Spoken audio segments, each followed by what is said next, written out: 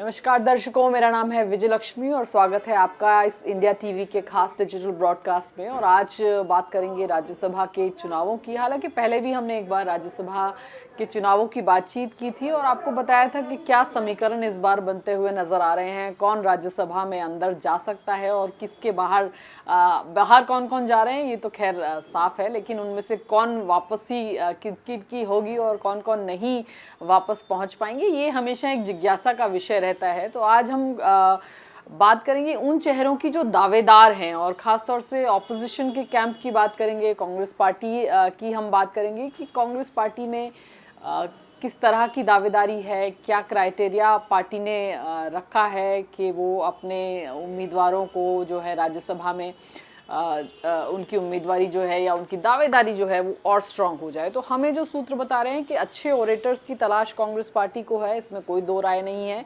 Party को लगता है कि लोकसभा में तो अच्छे ओरेटर्स हैं, लेकिन राज्यसभा में भी अगर अच्छे ओरेटर्स हो जाएं तो एक नैरेटिव बनाने में बड़ी मदद मिलेगी। लेकिन इसके अलावा हमें जो बताया गया कि पार्टी कास्ट कॉम्बिनेशन को भी ज़रूर साधने की कोशिश इन राज्यसभा की जो वेकेंट सीट्स हैं उसके ज़रिए करने की कोशिश करेगी। कोशिश यही की जाएगी एससी, एसटी, ओबीसी, माइनॉरिटी, तमाम जो जातियां हैं उनको साधा जाए और एक सही कॉम्बिनेशन के साथ जो है राज्यसभा में उम्मीदवार चुनावी मैदान में उतारे जाएं। अब अगर हम बात करें तो सबसे ज़्यादा सीटें कर्नाटका में हैं। अब कर्नाटका से कांग्रेस के अध्यक्ष मल्लिकार्जुन खड़गे साहब रिटायर हो रहे हैं, तो अब उनकी तो वापसी तय है कि वो वापस आएंगे और कर्नाटका से ही बतौर राज्यसभा उम्मीदवार कांग्रेस पार्टी के जो हैं वो 2026 में एक बार फिर से होंगे और उनका वापस आना तय है।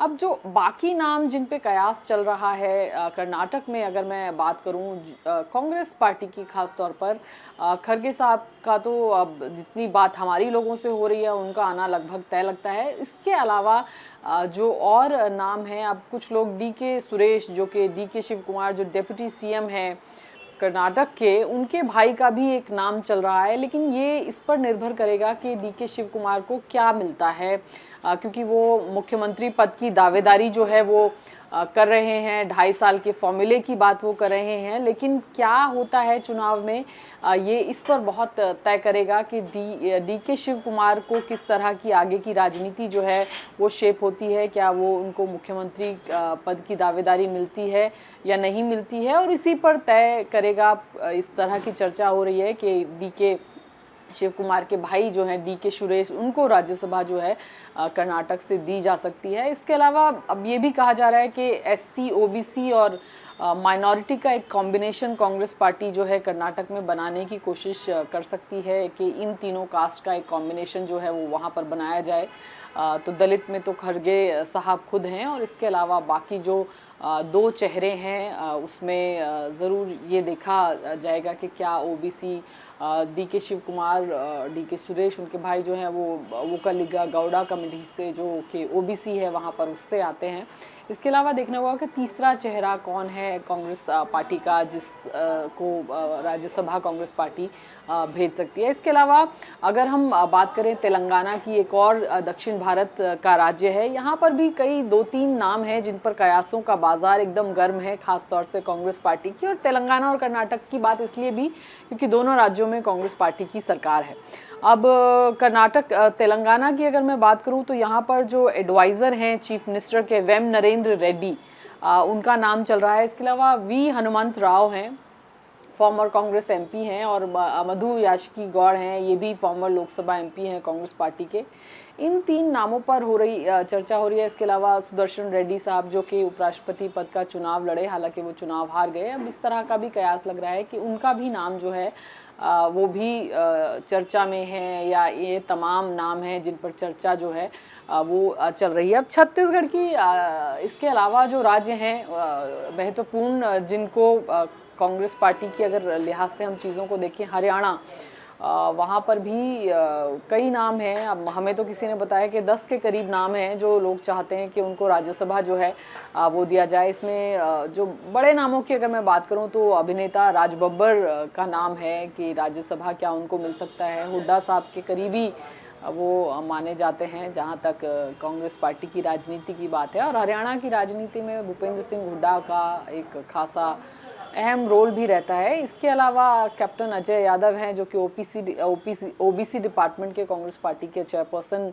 भी रहे, उनके नाम पर भी कयास लग रहे हैं कि वो भी दावेदारी जो है वो अपनी पेश कर रहे हैं कि उनको राज्यसभा हरियाणा से भेजा जाए। इसके अलावा अगर छत्तीसगढ़ की मैं बात करूं तो वहां से फूलो देवी नेताम जो कि एक ट्राइबल लीडर हैं, उनका कार्यकाल खत्म हो रहा है। लेकिन अब देखना होगा कि क्या कांग्रेस पार्टी वहां से उन्हें रिपीट करती है या फिर उनकी जगह अब नाम जो है वो भूपेश बघेल का भी चल रहा है। ओबीसी चेहरा है कांग्रेस पार्टी के बड़े और पूर्व मुख्यमंत्री भी हैं छत्तीसगढ़ के। इसके अलावा टीएस सिंहदेव जो कि पूर्व डिप्टी सीएम हैं छत्तीसगढ़ के और एक बड़ा चेहरा है, फॉरवर्ड कम्युनिटी से आते हैं, उनके भी नाम पर इस तरह का कयास है या ये कहा जा रहा है कि वो भी उनके नाम पर भी उनकी भी दावेदारी जो है वहाँ हो सकती है। या ये तमाम नाम हैं जिन पर कांग्रेस पार्टी जो है वो जो रेस में अगर आप कहें राज्यसभा की दावेदारी की, तो ये तमाम नाम रेस में है छत्तीसगढ़ से। और जहाँ तक बात है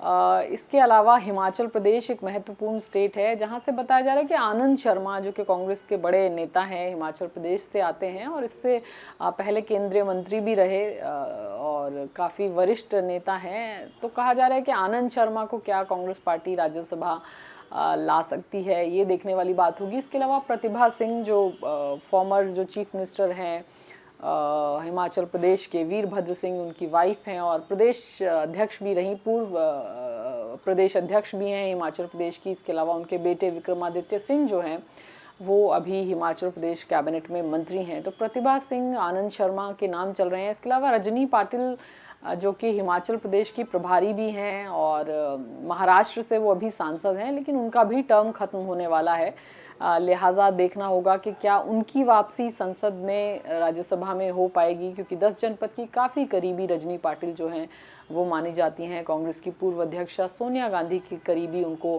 कहा जाता है। तो ये हिमाचल में इन नामों पर जो है वो कयास लगाया जा रहा है। इसके अलावा झारखंड में भी 2-3 लोग हैं जो चाहते हैं कि उनको राज्यसभा जो है उन्हें दी जाए पार्टी की तरफ से। अब कुछ नाम जो दावेदार के तौर पर सामने आ रहे हैं उसमें अजय कुमार हैं जो कि पार्टी के सीनियर नेता हैं, एक ओबीसी चेहरा है। इसके अलावा बंधु तिर्की हैं और ट्राइबल चेहरे, एक ओबीसी चेहरा और 2 ट्राइबल चेहरे हैं जो दावेदारी में जिनका नाम जो है वो बताया जा रहा है कि है। इसके अलावा मध्य प्रदेश में दिग्विजय सिंह की वापसी तो नहीं होने जा रही है, उन्होंने खुद भी अनाउंस कर दिया है, लेकिन मध्य प्रदेश एक बड़ा महत्वपूर्ण स्टेट होगा और वहाँ के जो एससी डिपार्टमेंट के चेयरपर्सन हैं उन्होंने दिग्विजय सिंह को चिट्ठी लिखी थी और कहा था कि भाई एक एससी को जो है मध्य प्रदेश से राज्यसभा भेजा जाना चाहिए और लिहाजा उनसे उन्होंने रिक्वेस्ट की थी दिग्विजय सिंह साहब से कि वो अपनी सीट खाली कर दें ताकि किसी दलित को वहाँ से जो है राज्यसभा भेजा जा सके।